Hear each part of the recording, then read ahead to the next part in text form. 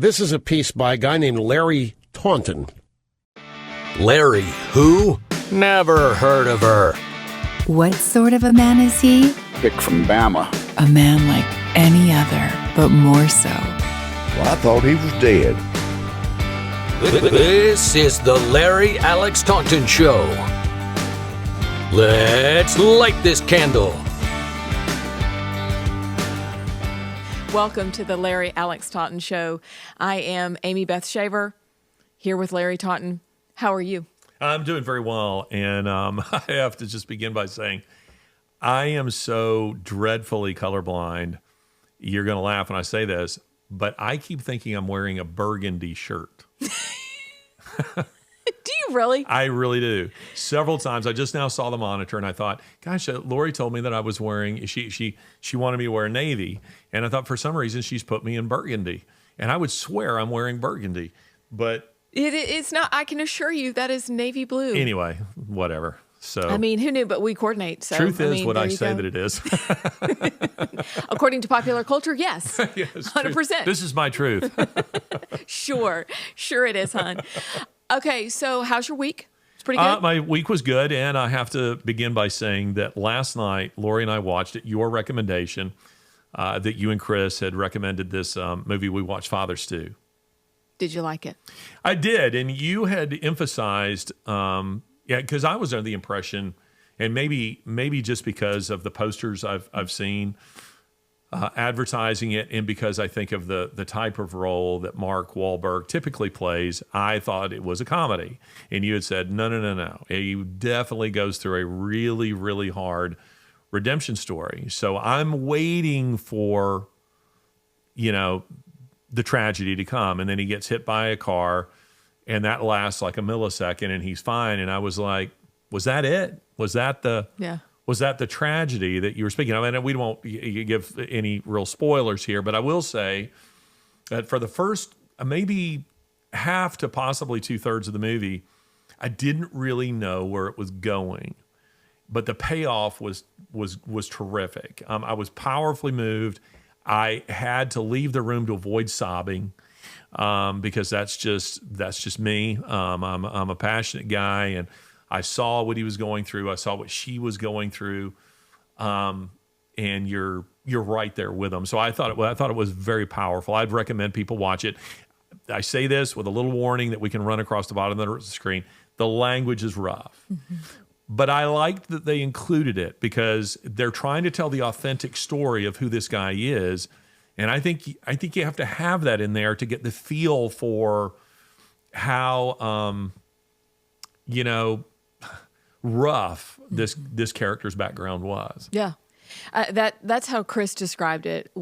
He was not normally, Not polished. it is not polished at all. It is very raw, Yeah. but it was authentic. And he felt like in order to tell that story the way it should have been told, which I thought they did an amazing job, that it had to include that because that was really who he was. Mm-hmm. And then you begin to fully appreciate what happens by the end of the story. But I'm thankful that y'all liked it because it's always kind of a trepidatious thing to recommend a movie because what if you hated it and you're like, never come back? No. I liked it. So Be off. Send more recommendations our So way. I'm thrilled and I'm thankful. And I hope that people, again, with that language warning, would enjoy it because it was the same for us. I just was very moved and still think one of the homilies that he gave kind of toward the end was phenomenal. I thought so too. And with Mel Gibson, I didn't even know Mel Gibson was in it. I didn't either. I love Mel Gibson. Oh, we do too. Huge fan. I thought he was powerful in that I story. was glad he didn't have that beard too. I thought, I know, it was like, that beard. I'm like, lose the Come beard, on, Mel Gibson, man. or at least trim it down. yeah. But Yeah.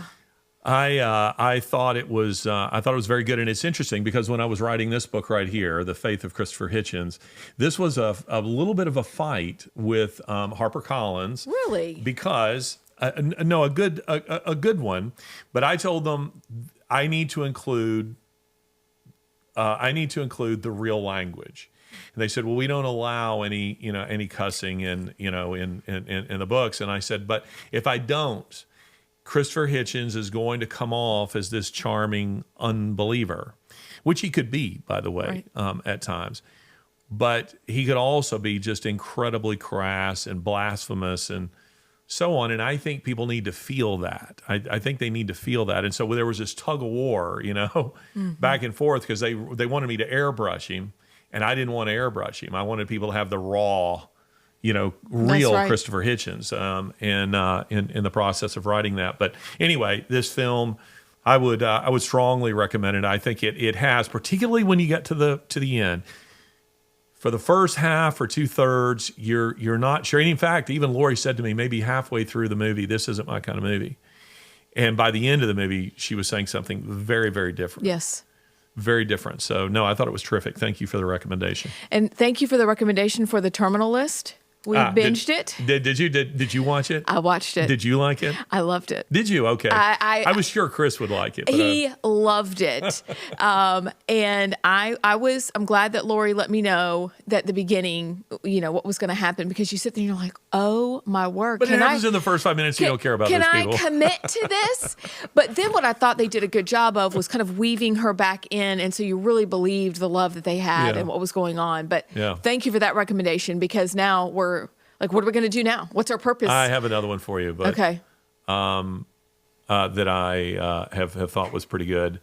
That someone, again, these are spy thrillers. Yes. So I like some of that these. We enjoy that. It is with Jeff Bridges, and it is called The Old Man. Oh, okay. It's a brand new series, and John Lithgow is in it, or Lithgow, I don't know. I enjoy him very much. He's very good in this. Jeff Bridges is fantastic, and it's way better than the Terminal List. Really? Yes. Tell Chris he must see this. It's called The Old Man. But again, this is not a Christian film. This is just a Clancy-esque kind of spy thriller with Jeff Bridges, who, and I'll just say this much, he plays like a former CIA agent who is trying to live off the grid, and you're not sure that he's not crazy because he seems paranoid, and then you begin to realize he's not crazy.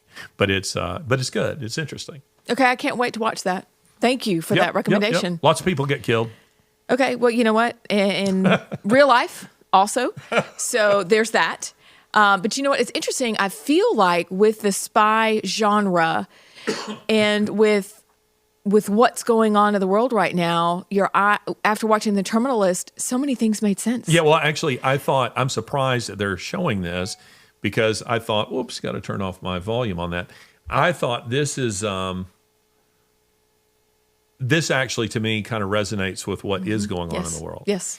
I thought this is a very conservative take on something that maybe Clancy would have written 30 years ago. This conspiracy theory, you say, this is alternate universe, wouldn't happen in America. Now you watch it and go, no, this is happening in America. Absolutely. This is what's going on. Absolutely. Yeah. Yep, I'm with you. Okay, well, thanks. So there you go. And y'all, let us know what you think about what we think about the movies and the shows that we watch, and possibly, hey, what about the themes you take from them? That's interesting, because I think that's one place where we can all come together. Yep. Helps form our thinking. Well, Alabama, Roll Tide. Let's just have a moment. We haven't had a Roll Tide moment in a little bit. Okay, Larry, I know that it is it's not going to surprise you that I sideswiped my car this week. So there's that. I'll have to keep you updated on the how do you hit. I have to say this. What? I have, and you're not the sort of woman who will be offended by this. I have a bumper sticker for you that Chris Shaver, after this, I saved it and I was going to give it to you. And I thought, I don't know if Amy Beth will like this or not. Maybe she'll be insulted by this. But in Ukraine, Lori found it this past week. In Ukraine, you see all these cars. Do you know what I'm about to say? You see all these cars with a triangle on them and a high heel. And I was saying, oh, yes. So I'm talking to my translator one day and I said, what does this mean? And he says, they're for women drivers. And I said, why? And he said, well, because I, as a man, if she does something stupid, I might be inclined to yell at her. But when I see that, I know it's a woman and I go, okay, I understand. This is brilliant. Look. It is so funny. It is so sexist, but it is so funny. You know what? And I so own that. Lori found one this past week, and I said, oh, I can't believe it. I said, this is just a gem, because I bought them, I bought a bunch of them just for fun when I was in Ukraine years ago. I can give you one of those to put on your car. Chris Shaver Please. will love that, and particularly after you've hit a fire hydrant or something. Was water spraying everywhere? Well, let's just say that we backed out of a tiny parking lot, and I'm not really sure how I didn't see the. And you drive an aircraft carrier. I drive an aircraft carrier. That's because it's my job. And I backed out because I was in a hurry doing all of the things that we women do. And we were on our way to dinner. So I had to tell Chris at dinner on our dinner date, hey, by the way, babe, I just sideswiped a fire hydrant in the parking lot. Thankfully, the people who repair our cars know us. And they're like, you want to bring her in Monday? Yes, I do. Please, I need the aircraft carrier to do all of my things. So I would like the sticker.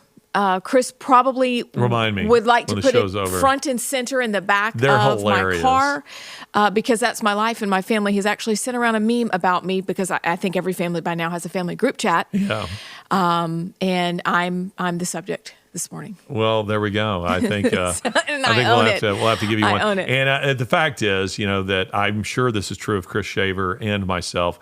I've hit my fair share of fire hydrants. I mean, not literally fire hydrants, but yeah, I cannot claim that my wife has had more fender benders than I have. That makes me feel better because that was his immediate response. Yeah. Because with his last car, in fact, it was such a trouble for him to drive because it was so low. Yeah. We were like, forget it. We got to sell the car. Yeah. So, it's a thing. Yeah. First world problems. Yeah, those kind of cars are fun for a week, and then you're like, okay. You're like, let's back to reality. Realville. That's Realville the kind of car you want when you're 18.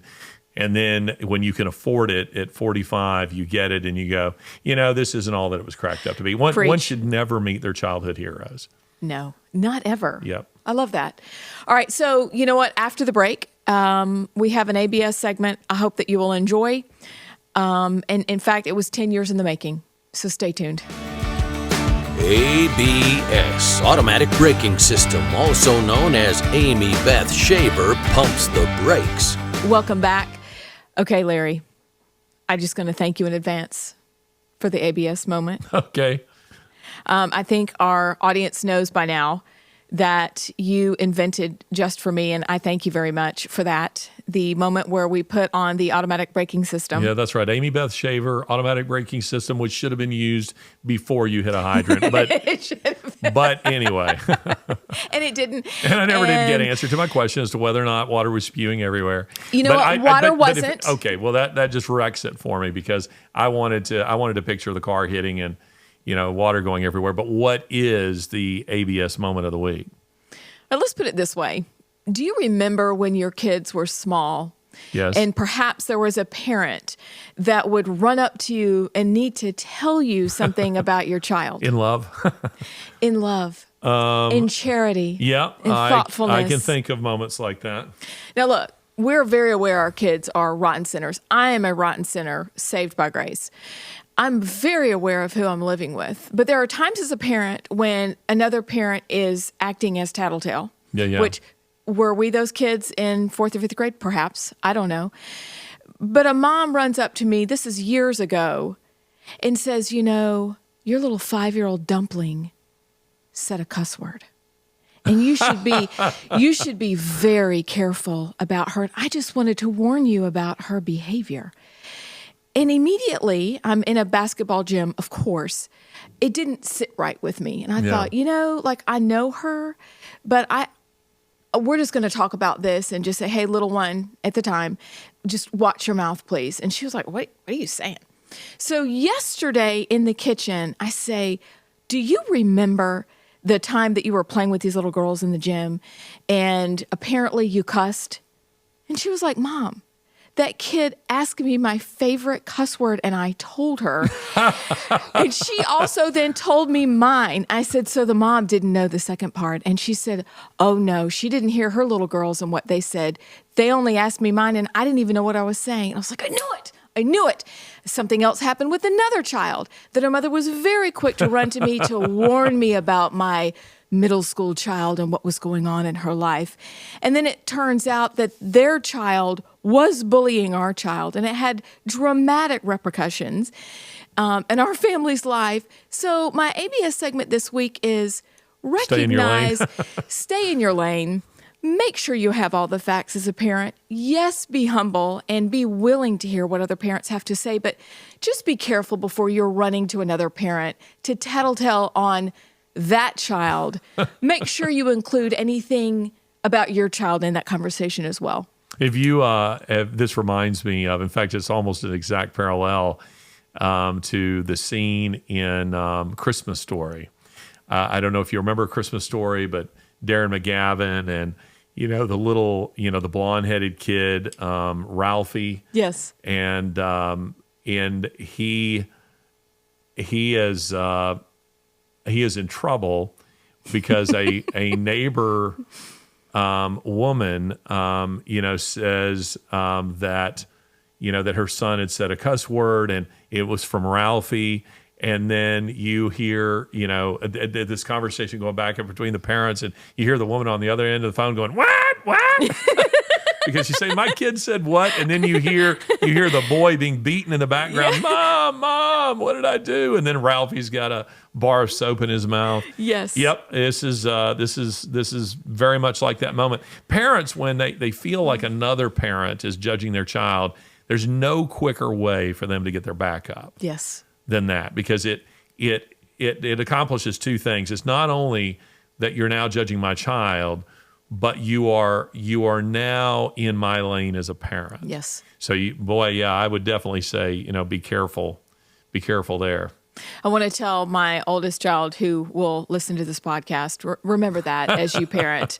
But she also knows because she was the brunt of many of those things. But you're right. It is one of those questions. What are you looking for out of that conversation? What's her favorite cuss word? I have to know. I didn't know that we ranked them that way. Hell was her as a 5-year-old. And she said, "Mom, I really didn't know what I was saying." Obviously, she's older. She knows now. But at the time, she said, "I just said it." And then, of course, she said, "But I didn't know." But looking back, I want to ask myself this question, and other parents, is what are we looking for out of those interactions? Because you're right. Is it like to feel better about yourself as a parent because, oh, my child didn't do that, or I'm going to leave this out?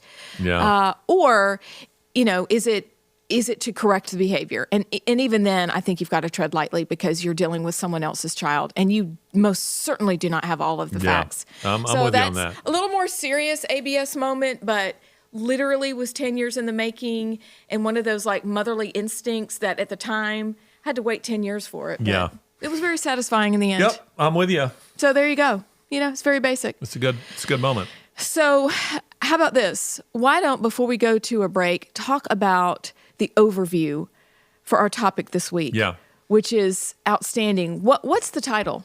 Yeah, today we're talking about moral chaos theory, how Romans 1 explains everything. We're seeing so much that's taking place in the culture that people are very confused by it, understandably, because they're seeing the sexualization of children, the transgender nonsense that's absolutely everywhere. We've just come out of, I don't know if they even call it gay pride anymore. It's just Pride Month because it's now more than being gay. It's LGBTQ, plus alphabet soup. We were subjected to that for a month where, that crap was everywhere. And you're seeing what's happening in the schools where, all of this is going on. And we're seeing rioting in our street. We're seeing a sharp increase in violence. We are witnessing moral chaos. And this show isn't scriptural exposition. That's not what this show is. It's not what we would say is normal fare. But today it is. Today, because I think it's so relevant, I have given Romans chapter 1, verses 18 through 32, so much thought over the years that I just think this passage is so relevant, and it is the key to understanding what's going on in the culture. So that's what we're going to talk about. I cannot wait to talk about it. You have your Bible out. This is serious. I feel bad that I didn't bring mine. Well, I didn't tell you to. I'll bring it next time. But I really am very excited to delve into this because when I was reading the article beforehand, actually I read it a couple weeks ago, I was just out loud like, yes, this makes so much sense. Send in the clowns. Send in the clowns. It makes sense. That's the name of that article, by the way. Which, by the way, was a great title for the article. I appreciate that. So we'll take a break and then be right back so that we can dive in. Perfect. All right. This is the Larry Alex Taunton Show. Larry is my favorite player. Welcome back. So, Larry, you describe in your article, Send in the Clowns, that this passage is often overlooked, Romans 1. Yeah, I think, or let me put it this way. I feel like this passage is often not mined for all that it has to offer. Now, I guess we could say that of maybe any passage in the Bible, but just coming from the perspective of a historian, I've often been fascinated by this passage because, and let me just read it. And we won't typically do this, but some of you are driving in your cars, or you're listening as you're out exercising, or as you're getting ready in the morning. So you're probably not going to whip out your Bible. So let me read this to you. For the wrath of God is revealed from heaven against all ungodliness and unrighteousness of men who, by their unrighteousness, suppress the truth. For what can be known about God is plain to them, because God has shown it to them. For his invisible attributes, namely his eternal power and divine nature, have been clearly perceived ever since the creation of the world in the things that have been made. So they are without excuse. For although they knew God, they did not honor him as God or give thanks to him, but they became futile in their thinking, and their foolish hearts were darkened. Claiming to be wise, they became fools and exchanged the glory of the immortal God for images resembling mortal man and birds and animals and reptiles. Therefore, God gave them up in the lusts of their hearts to impurity, to the dishonoring of their bodies among themselves, because they exchanged the truth about God for a lie and worshiped and served the creature rather than the Creator, who is blessed forever. Amen. For this reason, God gave them up to dishonorable passions. For their women exchanged natural relations for those that are contrary to nature, and the men likewise gave up natural relations with women and were consumed with passion for one another, men committing shameless acts with men and receiving in themselves the due penalty for their error. And since they did not see fit to acknowledge God, God gave them up to a debased mind to do what ought not to be done. They were filled with all manner of unrighteousness, evil, covetousness, malice. They are full of envy, murder, strife, deceit, maliciousness. They are gossips, slanderers, haters of God, insolent, haughty, boastful, inventors of evil, disobedient to parents, foolish, faithless, heartless, ruthless. Though they know God's decree that those who practice such things deserve to die, they not only do them, but give approval to those who practice them. Now, note that Paul alternately speaks in past tense, though they knew. And then he says, those who practice them. So he's alternately speaking in past tense and present tense.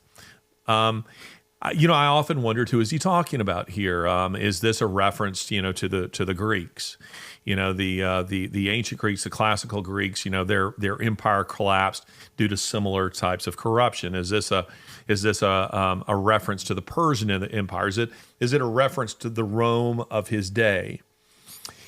Well, I think it's a reference to many things. But if you go and look at Ezekiel chapters 8 through 11, which are arguably some of the most difficult chapters in Scripture. They are very, very difficult chapters. You feel a bit like you're swimming in grits. But there you see the Hebrews themselves, that is the Israelites, doing all the things that he's talking about here. That the elders of God's priests, the priesthood, are themselves leading people in the worship of animals and birds and reptiles and this kind of stuff. And then God judges them, and he sends into Jerusalem what I refer to as the Avengers. Not the Marvel comic ones, but like real, honest to goodness Avengers.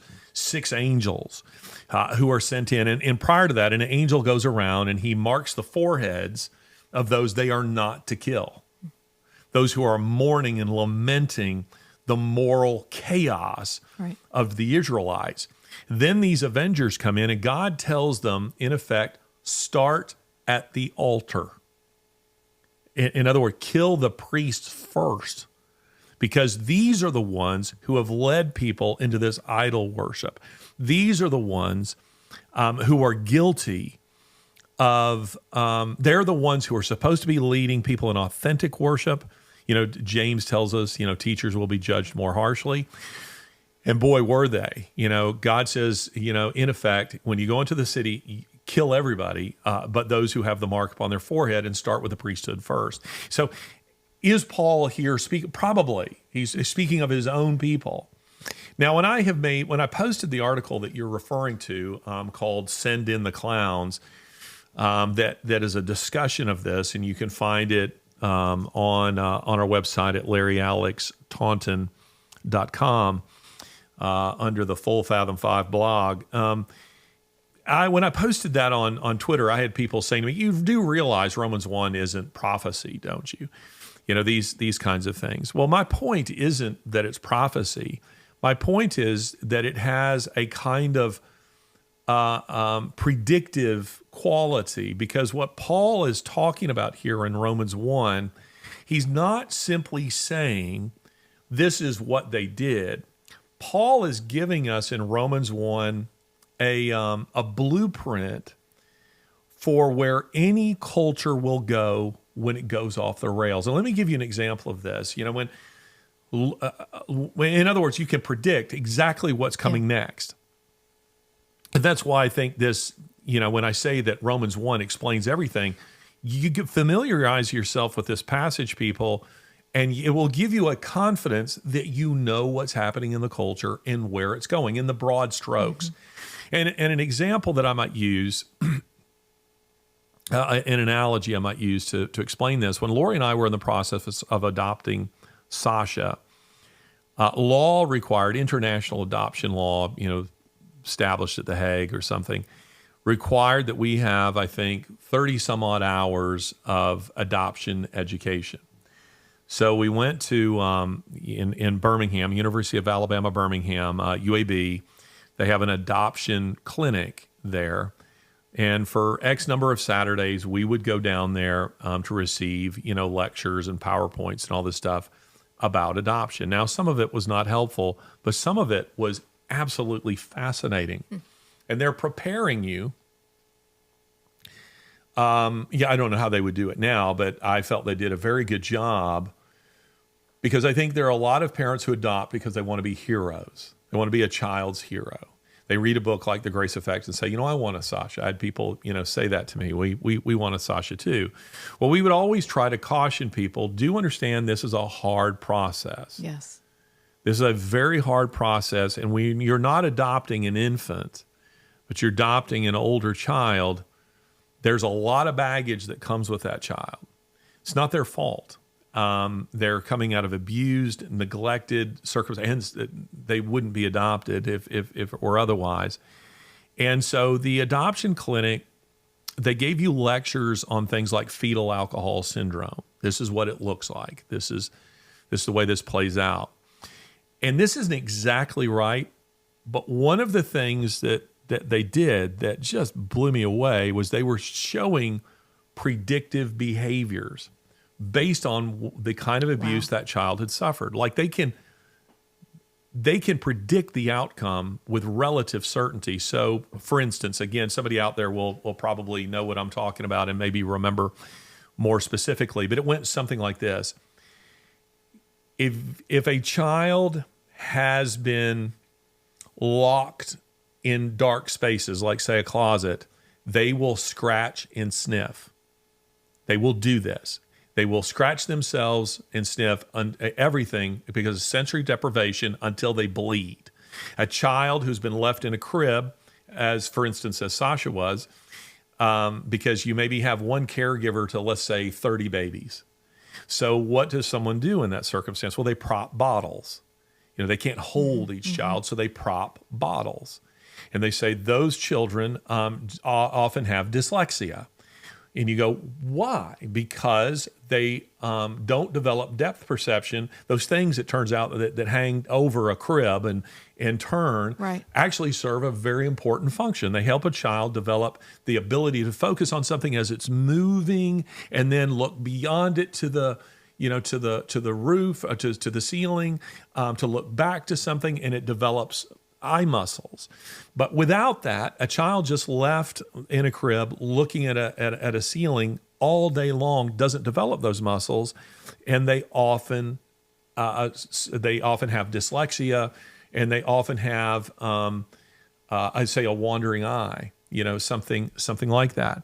So they could predict this, and then they would just go straight down the line. A child who has not been put on the floor regularly develops a certain type of brain disorder because the hemispheres aren't communicating with each other, because they didn't have this motion of being on the floor, which apparently helps that the both hemispheres of your brain to connect. So the point being, some evil scientist could, as the theory goes, make a child become a scratch and sniffer by locking them in a closet. You see what I'm saying? Right. And it wasn't simply they might do this, they will do it.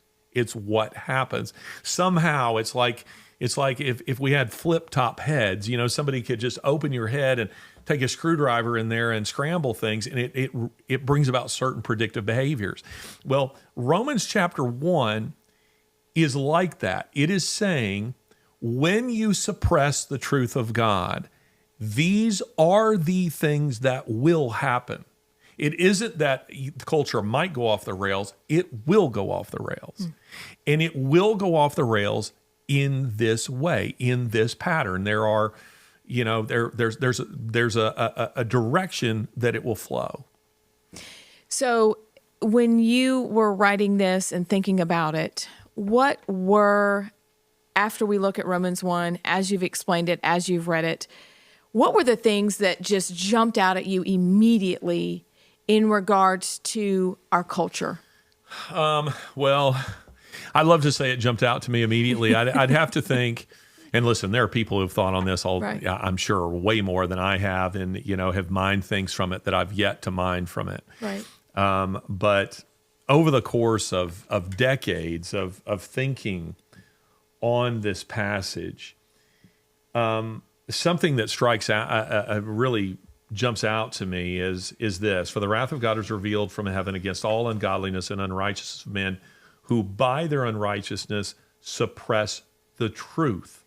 For what can be known about God is plain to them, because God has shown it to them. And then it goes on to say, so they are without excuse. Now, I remember when I was first entering seminary years ago, that a little test was given just to kind of see what your Bible knowledge was. One of the questions, an essay question, was what happens to, and it's sort of this, it's deliberately a kind of stock question that is often asked. What happens to the heathen in Africa who has never heard the gospel? Does he go to heaven or does he go to hell?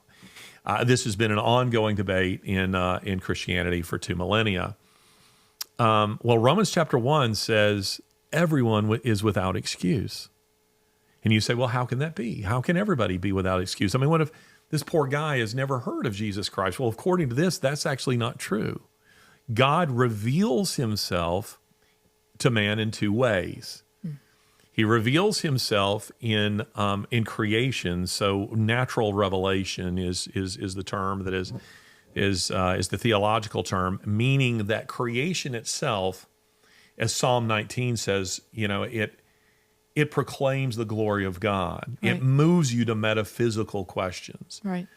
Psalm 8, David says, when I consider the moon and the stars, which thou hast ordained, and in other words, David is saying, as he's a shepherd boy and he's laying on that hillside and he's looking up at the stars, and he doesn't have the distractions that we have now. He doesn't have an iPod on. He's not watching, the terminal list on his right. on his smartphone. It's just him and the sky, and and the sounds of nature, and his mind moves to metaphysical questions. Who am I that God would create this, and that he cares about me, is what Psalm 8 is saying. We've all felt that when you're standing, on the beach and you feel the power of the surf, and the waves coming in and, lapping at your feet, and you're watching a sunset, or you're feeling that breeze, and something about that there's natural revelation in that. It moves a child to the metaphysical questions, that there must be a God. And this is why the psalmist says twice, the fool says in his heart, there is no God. Because children never posit that. Children don't come to that question, that place on their own. They have to be taught there's no God, because children, according to Dr. Olivera Petrovich, a research psychologist at Oxford University, a delightful woman, by the way, and who I talk about at some length in The Grace Effect, she says that children are born theists. So children are born with a predisposition to believe in God. I want to be clear, they're not born Christians. They're born theists. But she says that, they have a certain kind of natural theology that they're born with, and then they have to be instructed, and they reach a certain age of enculturation, which may be 8 or 10 or so, where they begin to take on the views of their culture. So Japanese children may become fairly atheistic, because that's a very, very secular society, but it's not the way they're born. And children in Muslim countries, they're not born Muslims. They're born believing in a higher power. They're born in believing in God, and they maybe later become Muslims. But anyway, so Romans chapter 1, what jumps out to me is that it doesn't say here that men who didn't know that there was a God arrive at this conclusion, and poor them, because they just didn't know any better. They didn't know there was a God. No, Paul is saying men actively suppress belief in God. They actively suppress it. So they have to do that, because their nature, God has planted in each one of us kind of a little black box that says that he's there. So again, the two types of revelation, there's natural revelation. The second is special, revelation. And that, of course, is when someone tells you about Jesus Christ. But, going ahead in this passage just a bit, and we're not going to go to Romans 2, but Romans chapter 2:15 says that God has written his law upon the hearts of men. Yes. So Christopher Hitchens, the aforementioned, Christopher Hitchens thought that he had a real winning argument when he would say, does anybody really think that it was a profound moment when Moses came down from Sinai and presented people with the 10 Commandments? You think people didn't already know that stuff? And I would say, Christopher, you're actually making a Christian point, whether you know it or not, because you think that that the Bible is arguing that men just had no sense of what was right or wrong until the 10 Commandments were given. God was simply codifying externally what he had already written upon their hearts. Of course they knew. They knew that murder and theft was wrong. That's right. Because God had already written it there. So Paul is saying at the beginning of this that it takes, and it's why the psalmist says you're a fool, to deny the existence of God, because you have to actively deny your own nature. Your own nature screaming out, no, there is a God. You're playing whack-a-mole and you're knocking that down, and you're going, nope, not going to believe that. But your nature keeps telling you that it is. And that's why there are some people who will argue, some apologists. I'm not sure that I agree with them in this, having engaged so many atheists and so many famous atheists at length. They will say, well, there's no such thing as an atheist. No, I think there is, but there's no such thing as a born atheist. You have to work at it, and you have to actively tell yourself there isn't a God. So we're going to take a break, but when we come back, let's take this apart. What does this look like in our culture? I think we know, but I think places that you took us in this article are fascinating, and we're going to talk about it right after this. This is the Larry Alex Taunton Show. Welcome back. So, Larry, let's talk about chaos in the culture. What does it look like? Yeah. It's interesting because a generation ago, the debate, the kind of the big cultural debate between, believers and unbelievers, and in within even some religious communities, the question was, when does life begin? Meaning that there was a kind of sense in which, let's say, when we were kids, that in the broad strokes, our culture, believers and unbelievers alike, shared a common worldview. Again, I mean that in the broad strokes, that we would say that often, secular television, you'd watch a TV show like Hawaii Five-0, the old one, or Cosby or something like that. These aren't Christian shows, but they very definitely affirmed Christian values. Their moral outlook was the same one that we would have. And so the debates centered around, things that were much more nuanced. And so, again, with the abortion issue, when does life begin? Does it begin at conception? Or, as when Roe was first decided, the question was over something called quickening. That is to say, when you're very familiar with this because you've spoken on this many times, that it's when a child, say, begins to move in the stuff. That's when it's now kind of achieved sort of, human status, and abortion, shouldn't be permitted. These types of debates. We are now at a place in the culture where, as I say, we have this, absolute moral chaos, and now the questions are questions like, what is a woman? It's no longer, when does life begin, or how do you know that Jesus is the only way, or something like that? The questions are now, can a woman have a penis? What is a woman? And these are questions that are being taken seriously by intelligent, sometimes highly intelligent people. So the question, becomes, how do we get here? How do we get to a place where a professor at, Berkeley, a lot of people would say, Berkeley. Yeah. But anyway, where you have, for instance, this past week, I think she's a professor at UC Berkeley Law School, where she was arguing, about, that you really can't bring women into the conversation over abortion because that could be offensive to the the transgender crowd.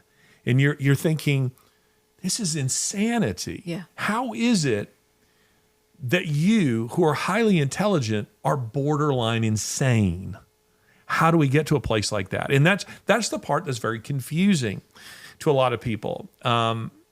Is it that they're simply lying? And in some cases they are, just to confuse you, and they just want to, for instance, during the Supreme Court nomination process, does she really not know what a woman is? When she's told that, she's pandering and she's trying to avoid a question. But there are a lot of people who really do take this stuff seriously. I was reading an article in the Guardian. The headline was J.K. Rowling. Is that how you say her name? Yes. I've never read any of those books. J.K. Rowling is wrong. A woman can have a penis. Now, this is being taken seriously, or maybe it was in the Telegraph. I think it was in the Telegraph. So that, we're only just a few years away from when, had a reporter gone to her editor and said, I'm thinking of an article like this with this kind of headline, she'd have been laughed out of his office. Right. Are you nuts? Nobody's going to take that seriously. But that's where we are in the culture. Now, my argument is that Romans 1, 18 through 32 explains how you get there. Yes. And how you end up with a culture of moral insanity. And it says that it begins, as we were saying in the previous segment, by suppressing the knowledge of God. Now, some are listening and going, so are you saying that all atheists are insane? or will eventually, reach the point of insanity. No, that's not my point. And I don't think that's Paul's point. Right. I think that many atheists, they don't believe in God, but they still broadly accept a Judeo-Christian worldview. In other words, their life kind of still presupposes that there are absolutes. So that, for instance, Richard Dawkins, as my friend John Lennox has pointed out many times, Professor Richard Dawkins, biologist, evolutionary biologist at Oxford University, emeritus now, I think. Richard is well beyond retirement age, but Richard accepts that there are absolutes in science. So, in other words, he accepts that the laws of thermodynamics that govern science, that they are real laws. He accepts that if I pick up this phone and if I were to say to Richard, now, Richard, do you believe there's a God? No, I don't believe there's a God. And he would say it with an impressive English accent and probably a little snarky. But then if I said to him, do you believe that there are, laws in the universe? I mean, if I drop this phone 100 times, what's going to happen? He would say, well, it's going to fall 100 times. I mean, he would say it's the law of gravity will say that it's going to fall every single time. It's never going to levitate. It's never going to float up. It's never going to go in another direction. It will always fall, Larry, because there are laws. We as Christians believe, but to have laws, you have to have a lawgiver. Yes. So where do the laws themselves come from? And that's a question he'll acknowledge he doesn't know the answer to. Now, of course, we do. Right. But the point being, Richard accepts there's still law. Paul is saying, when you have so actively suppressed belief in God to such a degree that you have accepted it in almost every corner of your life, it will lead to insanity. And this is actually the argument, that some have made, French philosopher whose name I suddenly can't remember, regarding Friedrich Nietzsche. Now, when I was a kid, again, strange kid, I was a kid who loved Alabama football. I loved to fight. I loved any sport that was violent, and I loved reading philosophy. So I know this is strange, but I was reading Friedrich Nietzsche. I thank God I was pulled back from the brink of that, but I went down this kind of rabbit hole reading the philosophy of Friedrich Nietzsche, and because I was having a lot of questions about whether I never really seriously entertained atheism because I just never found it morally tenable. Well, not morally tenable either, but intellectually tenable. Yeah. That there was no God. Yeah. There was no higher power. I mean, that just makes no sense, that everything came from nothing. It spontaneously generated. You get something from nothing. That didn't make sense to me as a kid, and it doesn't make sense to me now. But it did have questions about whether there was a personal God. So I kind of settled into a sort of deism. There's a higher power. We were all created by something. But I don't know if he really cares about me or not. I don't know if there's really purpose in my life. And reading Nietzsche was no help to that, insofar as Nietzsche, basically says to you there's no purpose in your life. But Nietzsche went insane. The German philosopher, he went insane. And if you're not sure, and I'm going straight off the top of my head, I think he was born in 1844, and I think he died in 1900. So anyway, second half of the 20th century is where he's writing stuff like The Gay Science and Thus Spake Zarathustra and this kind of thing, and declaring that God is dead. But Nietzsche seems to me as an example of this, because that ideology, he had thought on it so long and had come to believe it, and as we were saying earlier, saying to himself again and again, there is no God, there is no God, there is no God, whack-a-mole with that law that's written on his heart, to such a point that his conscience becomes seared. God's voice becomes smaller and smaller, fainter and fainter and fainter. And he went insane. Now, some have said that Friedrich Nietzsche went insane of syphilis. There's no evidence to support that I know of. That's just the answer that's often given. I think that he went insane because Nietzsche had reached a place where, and this is what Paul is warning, that he says, claiming to be wise, they became fools and exchanged the glory of the immortal God for images resembling mortal man and birds and animals and reptiles. And then he goes on to say, they exchanged the truth about God for a lie. Yes.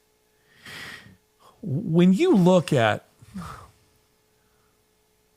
some guy out there, and I haven't met any actually personally, you would get the impression from the media they're all around us. But I haven't, off the top of my head anyway, I haven't met any men who claim to be women or any women who claim to be men. I mean, I've been in the presence of, unfortunately, of people who are, living some very strange lifestyles, but I've not had that conversation with anyone. But when you encounter someone like that who isn't, let's say, mentally deficient in the sense of, this is a person who suffered a car accident and they, have brain damage. What would be your reaction to that? If I'm saying to you, but Amy Beth, I am a woman. I mean, I think you'd have to ask with a beard. How do you, with a beard. I would have to ask, how do you know? Because don't you first have to know what Because a woman I feel is to that know a woman and a man? I mean, I'm feeling my Shania Twain side. Feel like a woman. I have to say Yeah. this. That commercial, that song. I haven't heard it lately, but it just hits different now, doesn't it? It does. I feel like a woman.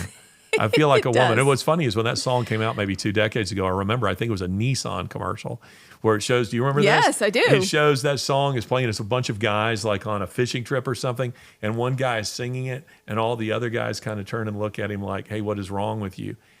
Could you imagine if they ran that commercial now? No, I can't. People would go nuts, over that commercial. But that commercial was brilliant. If I'm at Nissan, I say, bring it back. Nissan, Please bring it back. Please bring that commercial back. It might actually offer some kind of moral anchor in this bizarre universe. But you would think he's messed up. Yeah, it's messed up. Like, what's wrong? What happened to you? What broke you so badly that you are now adopting this kind of bizarre proposition? Well, Paul is saying that this is what happens. He says, first they suppress the knowledge of God. And I think, by the way, I want to give credit where credit is due here. I think it's Kent Hughes, who is, I believe, a pastor, and he wrote a commentary on Romans that I think is terrific. And this is my words, it's not his. He's talking about Aquinas. And Thomas Aquinas, I'll put it this way. Thomas Aquinas, says that God made animals all flesh, no spirit. He made angels all spirit, no flesh. And he made man a composite of both. We are a composite of spirit and flesh.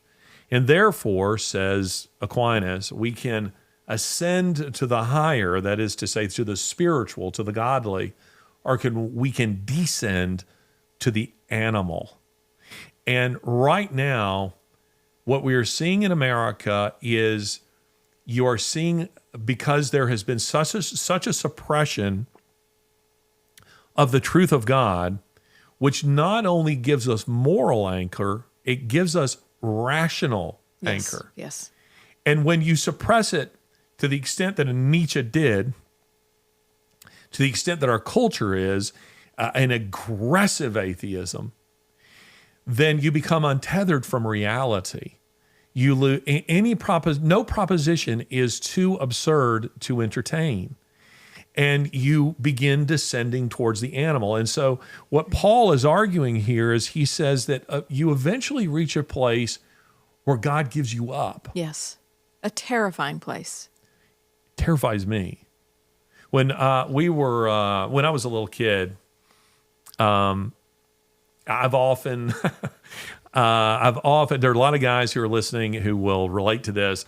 I've often been bold enough to try all kinds of stuff. And we had a horse. We had an unbroken horse. And at 5, I decided I'm riding this thing. Okay. And what's very funny, actually, and I when I think about this, show how parenting is very different these days. My mom's like, okay. So she sets me on time. We didn't have, proper reins, bridle, none of that stuff. So I dig my hands, into the mane of that horse, and my mom lets go. And that horse's name was Belle, and she went, when you're in the stable, you could kind of control her just a little bit, but once she got out into the open, there was no controlling her, and I had no ability. A lot of the times the way you control a horse is with your legs. Mm-hmm. People don't realize that horseback riding is quite physical because your legs, and not just spurring a horse, but kind of squeezing a horse a little bit to indicate what it is that you want. And of course, I'm sitting up there with my feet, right. It's just like this and hanging on. And needless to say, she bucked me off, and I, probably went. I probably didn't exceed that height in the air until I was hit by a car, and then I mean, she really knocked me into the air, and I came down, and my chin was all bloody. I have a nice Harrison Ford scar, underneath this beard of mine, because she split open my the skin. I didn't break any bones, but I was just bleeding, severely. Now, the Lord taught me a good lesson from that. One is have a proper bridle and this kind of thing before you attempt that. But the second thing that I've never forgotten is I've often that episode entered into my prayers fairly regularly, still does. Really? Meaning it made a deep impression on my life. Where I often pray, Lord, don't let go. Whatever I do, please hold on to me. Yes. Please hold on. Please Yes. restrain me. And so I think of my mother letting go of the reins. And when I read here it's interesting. It's verses 24, 26, and 28. It says 3 times, God gave them up, God gave them up, God gave them up. Do you think Paul is trying to hammer home a point? And whenever I read that, every time I read that, I remember as a 5-year-old, my mom letting go of the reins. And Belle, who was previously calm, but the moment she was loose, and she knew she was loose, and she knew I could not control her, she was like she was shot out of a cannon. And she was, it's a scene out of, PBR, professional bull riding, and bronc riding in this case. And the consequences were severe. And what Scripture is telling us here is that God let them go, and there was this kind of a process of letting go. He lets them go, a little bit of rain. He lets them go a little bit more rain, and then he finally says, have it your way. That's terrifying. And so for me, I always say, God, I'm a sinner. I've done some things I'm so ashamed of. Please hold on to me. Right. But when you're an atheist, you don't believe God is there. You're not making those kind of prayers. And you suppress belief in God so actively, you've assaulted the very image of God, that God eventually reaches a place where he says, I'm no longer hanging on, and you're going to reap the consequences of the sinful decisions that you've made. Mm. And then when you have reaped those awful consequences, then where do you turn if there is no God for you? Wow. Yes, and it can reach such an awful place in life. I mean, here, first of all, he says, I think of it like this, these 3 God gave them up. Yes. Verses. I think of them as it working like this. This whole passage to me, at the top end of the passage, in verse 18, you're anchored. Yes. You think of yourself as being in a boat, and you're on a fast moving river. And then it says they suppress the truth of God. So you weigh anchor. You lift the anchor. So now you're starting to flow down downstream because you've suppressed belief in God. So now you're starting to move downstream. And then it says, you suppress the truth, and now you're starting to exchange the truth of God for a lie. And it says in verse 24, God gave them up. So now we're going over a waterfall. So God gave them up. And what comes after that? He says, the dishonoring of their bodies among themselves, because they exchanged the truth about God for a lie, and they worshiped and served the creature rather than the creator. So here he's indicating animal worship. Yes. Now, are we doing that in the culture? 100%. Yes. I think about the turtle eggs on the beach. We've been there before where, it's a whole ceremony for the turtles, and they're marked and they're flagged, and I have a child who's a wildlife biologist. So we care about the turtles, but worship them. It's a turtle. It's a turtle. And most of them will not make it to the water, but there's a big penalty if you touch the turtle nest. Oh, gosh. I saw on Twitter this past week, someone had posted this image of this sea turtle coming up on the surf. It was pretty amazing. It was a huge sea turtle. And it sees people on the beach, and it turns around and it goes back out. And it says, the turtle, this poor turtle, he realizes that human beings are awful too. Now, isn't this fascinating to me? Oh, man. This is fascinating. On the one hand, you have people like this who think nothing of destroying a human egg, Right. that is to say, a human embryo, a human being. But you will go to jail and receive a huge fine. I think it's $250,000 if you disturb a bald eagle's egg. If you are trafficking in eagle feathers, bald eagle feathers, you can go to jail for that. But the government will put a ship off of the coast of Alabama, Yes. so that you can go and get an abortion there. I mean, imagine. This is where we are. So he says, God gave this. So you go over the first waterfall, and it says that they're worshiping and serving the creature rather than the creator. Right. So that's the first waterfall. Now you're moving even rapidly downriver. So we've weighed anchor. God gave them up. You go over the first waterfall, but you just keep going. In other words, the worship of animals isn't as bad as it's going to get on this river. The next thing we come to, it says, God gave them up again, verse 26. And this time he says, to dishonorable passions, for their women exchange natural relations for those that are contrary to nature, and men likewise gave up natural relations with women and were consumed with passion for one another. This is actually a very important homosexuality. Yeah. This is what he's saying. Homosexuality and the sexual chaos that comes. I will often hear Christians say this, and they're well-intentioned when they say it. They're trying to be very compassionate. They will say that homosexuality is a sin like any other, and we just need to accept that it's a sin like any other. And I'll hear somebody usually say it something like this. They'll say, I did some things that, sexually that I'm not proud of, and homosexuality is really no different than that. No, it is. It is. Homosexuality is an assault on the image of God. I want to be clear, you can be forgiven of that sin.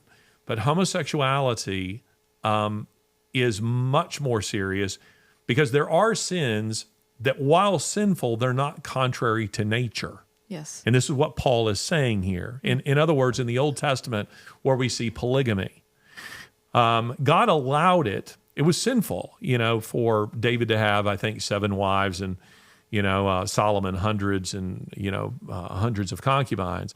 God allowed it. It was sinful, but it wasn't contrary to nature, you see. Homosexuality, by contrast, Paul is saying here, God gave them up to their dishonorable passions, for their women exchange natural relations with men. And men likewise gave up natural relations with women to do shameful things with men, the dishonoring of their body. So he says that the second thing that will happen, the first thing that happens in a culture that's starting to go off the rails is, one, they suppress the truth of God. Second is they pervert the truth of God. And the way they do this is they begin to worship animals. And that doesn't necessarily mean we're setting up a creature and people are bowing down to it. But in some sense, in our culture, we are worshiping animals in that we are, an organization like PETA wants to observe their rights in court and this kind of stuff. It's utter insanity. It's moral chaos, and where you're elevating animal rights while simultaneously de-elevating a human life. Right. So this is what happens. Well, and also, might I say right here that this is also why it's important for Bible-believing children who are in school with this insanity in programs across the country. We've got to take those parts of our culture back, or at least be the sane person in the insanity to say, we do appreciate the animals. We will not worship those animals. I think that was something that, our daughter has that perspective, obviously, but it's so important for parents not to shy away from this, and that when we see it in culture, we race toward it and say, no, here, let me tell you the truth about this. Yes. I think that's critical. Yeah, no, I'm with you. It's one of the things I liked about it, and it's been years ago when it came out, but I liked Madagascar. Yes. Was that Pixar? It was great. Which now I think is owned by Disney, but which is corrupt to its core. But one of the things I liked about Madagascar, the children's cartoon, and adults will enjoy it too, is that it was making fun of the whole Lion King circle of life idea, that we're all in this circle of life, and isn't it magical and wonderful? And in Madagascar, the theme is, all these animals at the zoo, they want to be out. And in the moment they get out, that you have this funny scene where like a duck is going along and then an alligator comes up and eats it. Yep. And they're starting to realize, the circle of life is really a circle of death. Yes. So Madagascar I thought was quite witty in making fun of that in the reality. And I think that I believe that this is partially what the Lord was teaching the children of Israel with the animal sacrifices. They didn't actually, those sacrifices didn't forgive any sin. It's all looking forward to the Lamb who would come, the person of Jesus. But it was a constant reminder to them they are animals. That's right. They're not the same as human beings. And while this is very hard for you, it is important for you to understand. You can't spend a few minutes with me without knowing that I love my dog. Right. I love my dog, who is a little spoiled. Lori said to me the other day, he is spoiled. You do spoil him. I'm like, no, I don't. But I like my dog. Yeah, we do too. But at the end of the day, I hope he's not listening. But at the end of the day, he is a dog. That's right. He is a dog. He is not on the same level of human life. He doesn't belong on the same level of human life. And while the loss of a pet, I had somebody, say to me this past week that they had lost a dog they'd had for a very long time and had shed tears over that. I get it. Boy, do I get it. Absolutely. That's hard. But Perspective. Order. It's not human life. And by the way, I'll also throw this in. I think those animals that Hugh Ross, the astrophysicist, Hugh once, I remember him telling me, he had given this lecture that I didn't wholly agree with, but it was an interesting point, called soul-ish animals. And what he meant by that was that there are animals that God has clearly created to be companions to man. Not in the way that Eve, or a woman was meant to be, a companion to Adam, to man, but that they're meant to be complementary. So that a dog, for instance, is, you can have a relationship of sorts, with a dog. You can't really, as Siegfried and Roy discovered, with a Bengal tiger. You know what I mean? I mean, a horse. Right. A horse, you can develop, they are meant to be, there's certain animals that are meant to be domesticated and useful. God created them to be useful to human beings. And part of that is to teach, I think, people, children in particular. I remember my first dog getting hit by a car, and I was devastated to see her little body laying in the road, blood flowing from her head, and I sobbed. Yes. I sobbed. I built like a little memorial in my room to my little dog. I went trying to find all kinds of pictures of my little dog. in some ways, the Lord, I think, prepares us for more significant loss. It reminds us with animals can teach us to care for something beyond ourselves. And if you're somebody who lives alone, having an animal can be very healthy for you because you have to think about something other than yourself. Oh, I have to feed him, have to let him out, have to give him some water, have to train him, that sort of thing. But anyway, here, what the Apostle Paul is telling us is you suppress the truth of God, you eventually distort it. You distort it by, that leads you to a place where you eventually worship animals rather than having the proper perspective, as we've just discussed. And then secondly, you will move towards homosexuality and towards great sexual perversion. Not just sexual sin, but sexual perversion. There's a difference. And then thirdly, he says again, and then in verse 28, he says, and since they did not see fit to acknowledge God, God gave them up to a debased mind. Now, this is the final stage of total depravity in a culture. Suppress the knowledge of God, worship animals, sexual perversion, and homosexuality and sexual perversion. And then finally, God lets go of the reins completely. The horse is out of the stable. It is bucking wildly. There's no control whatsoever. And God gives you over to a debased mind. And that's what leads us to the title of this episode, Chaos Theory, Moral Chaos Theory. How is it that we get to a place where, as we said at the top of the show, a man can think that he's a woman, or a woman can think that she's a man. And before long, you'll have people claiming that they're animals and things of this nature. I think I've actually already seen a few headlines that make reference to that. A little boy thinking that he's a wolf, and that they're affirming that in school. Yeah, you be that wolf. Oh, it's real. Yes. This is real. This concept of dressing up and you're a furry. Yeah. And so you've seen this. Oh, I was talking to a young girl who is in middle school this week, in a middle school in this area, that she said, notice the irony, if I am out of dress code, I will get sent home or sent to the office. But if somebody shows up dressed like a wolf or dressed like a cat or dressed like a dog, they're allowed to stay dressed, even though they're out of dress code. This is insane. Yeah, I cannot even begin to tell you the ways I, as a child, would have absolutely used this for more pranks than I can think of. Can you even imagine? Yes, I would have absolutely wielded this in some way to get out of school. Of course you would have. I mean, and who wouldn't? I would have. I would think my teachers are absolutely insane. So today I'm going to claim that I'm a bear hibernating and that I had to stay home.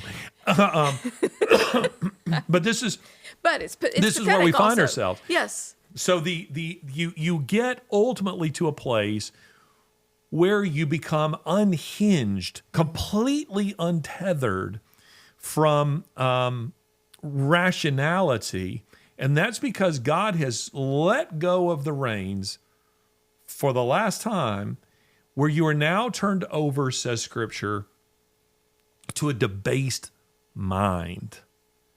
Now you're at the absolute depths of depravity, and where, as I said earlier, no proposition becomes too absurd. I think of it like this.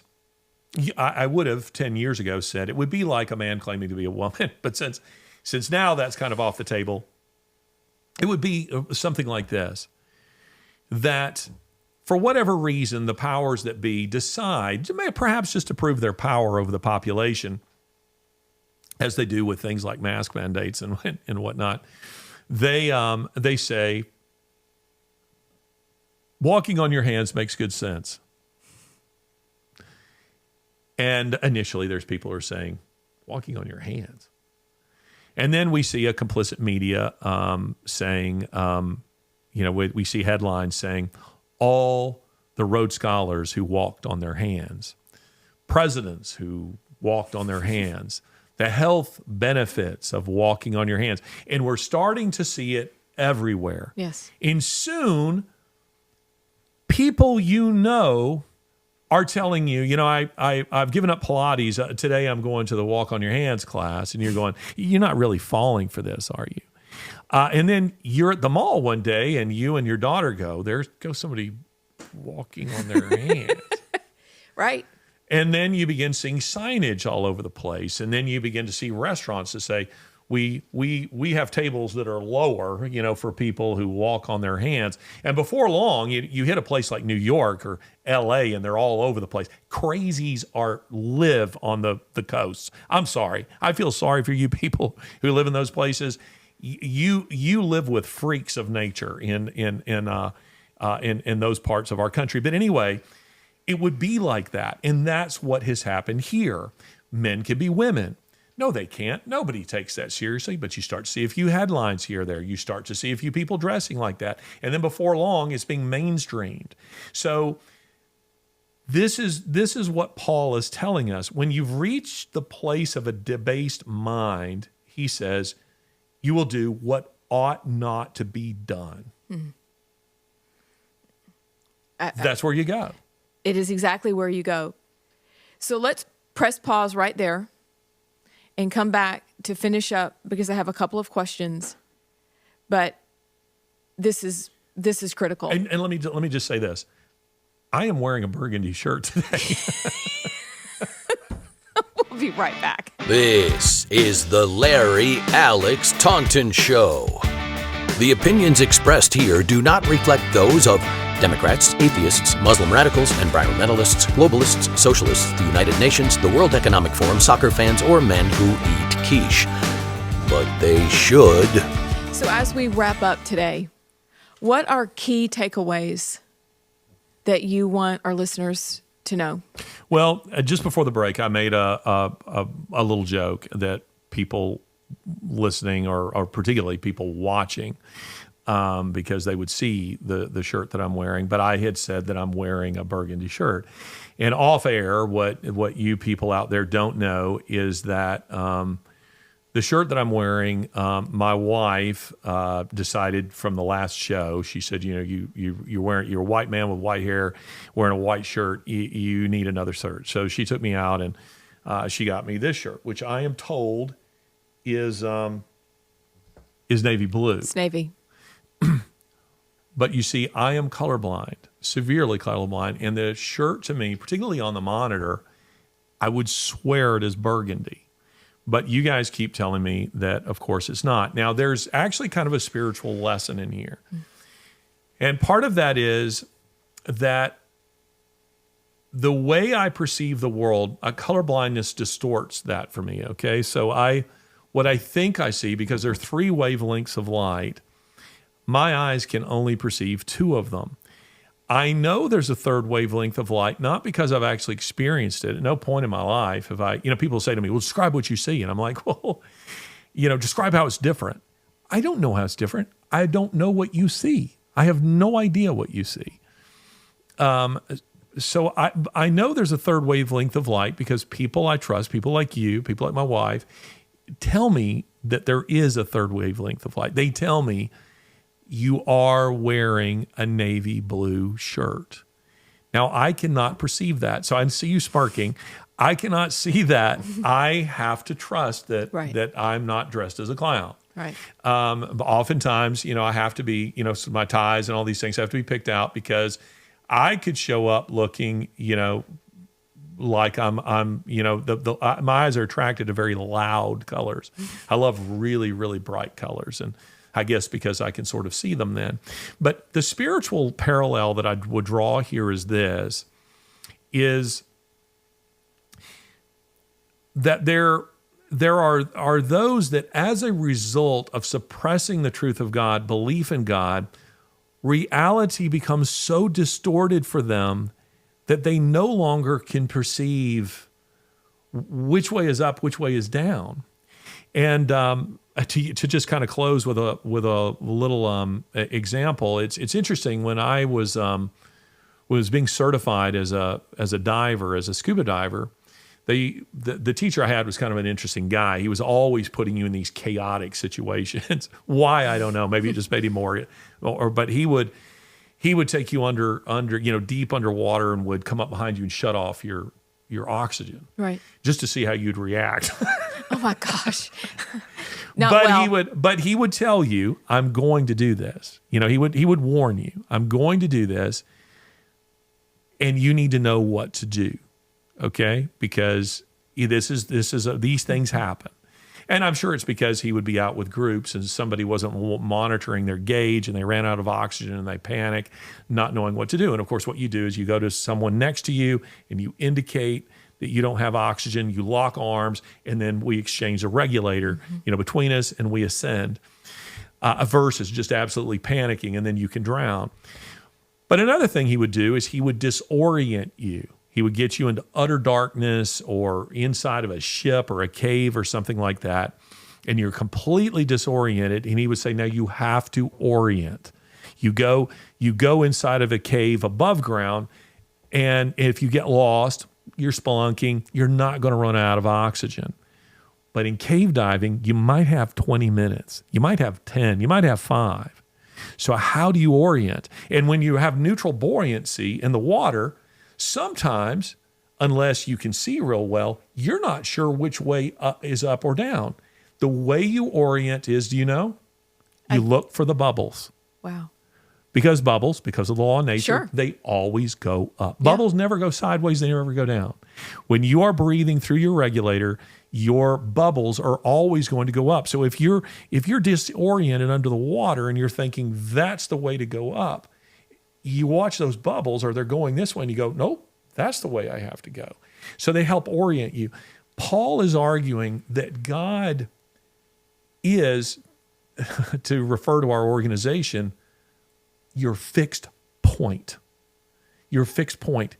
If you don't have that, Blaise Pascal, from whom I took the name of the organization, Blaise Pascal says the harbor serves as a fixed point for those who are on ship, or a star, or the coast. You only way you know you're moving is because you can look at that fixed point. Have you ever had that sensation? Yes. You're not moving, but you look at something that's fixed and you go, oh wow, I'm drifting. Or my car, you thought your car was rolling back, and it's actually the car next to you that's moving forward. Yes. And then you hit a higher fire hydrant. But so it is in morality. And he says there has to be a fixed point in morality. Otherwise, you won't perceive you're moving when you are. So Paul is telling us, once you suppress belief in God, you start a drift. And then the drift just picks up pace. You're just going faster and faster and faster, and you're moving towards a debased mind, and you go after waterfall after waterfall after waterfall until you've reached total depravity.